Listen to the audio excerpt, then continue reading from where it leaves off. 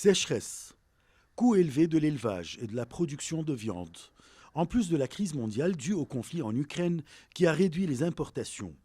Facteurs qui ont conduit à un manque d'approvisionnement en viande sur le marché marocain et à une augmentation de ses prix.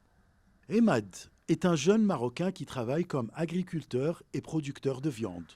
Son travail a été fortement influencé par tous ces facteurs. Quant à notre situation professionnelle, elle n'augure rien de bon. À cause du manque de pluie et de la sécheresse, les prix du fourrage et des pâturages sont devenus très élevés, ce qui rend difficile leur acquisition par l'agriculteur et la production de viande est devenue très chère. Nous sommes très touchés par cette situation.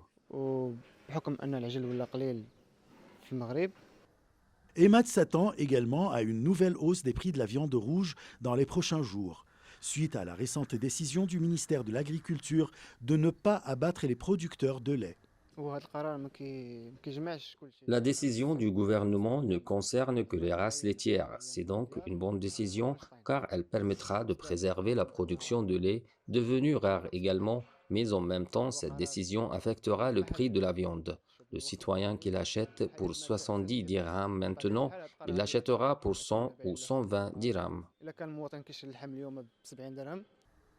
Les producteurs de viande ne sont pas les seuls à être touchés par le manque de production, mais les commerçants aussi. Mustapha est un boucher marocain qui vend de la viande à crédit aux citoyens qui n'ont pas les moyens. Ses revenus ont été fortement affectés par les prix élevés. De nouvelles charges sont entrées dans son métier, notamment les coûts élevés du transport et des services. Le nombre de ses clients a donc baissé.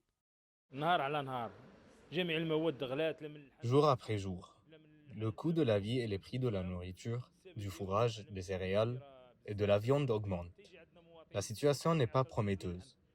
Le client vient chez nous pour acheter de la viande à crédit. Mais nous avons honte de le servir car la situation ne permet plus ce genre de service. Et nous n'avons plus de bénéfices à vendre de la viande. Au contraire, nous sommes obligés d'assumer la perte pour satisfaire les citoyens qui ne peuvent pas supporter ces prix. Selon une enquête faite par les médias marocains, le cheptel national de vaches laitières est en train d'être sacrifié dans un contexte où les éleveurs optent pour l'abattage plutôt que de payer un surcoût. Ainsi, cette baisse de cheptel peut être de l'ordre de 35 à 45% selon les producteurs et les régions. Achraf Massoud pour CGT1 français.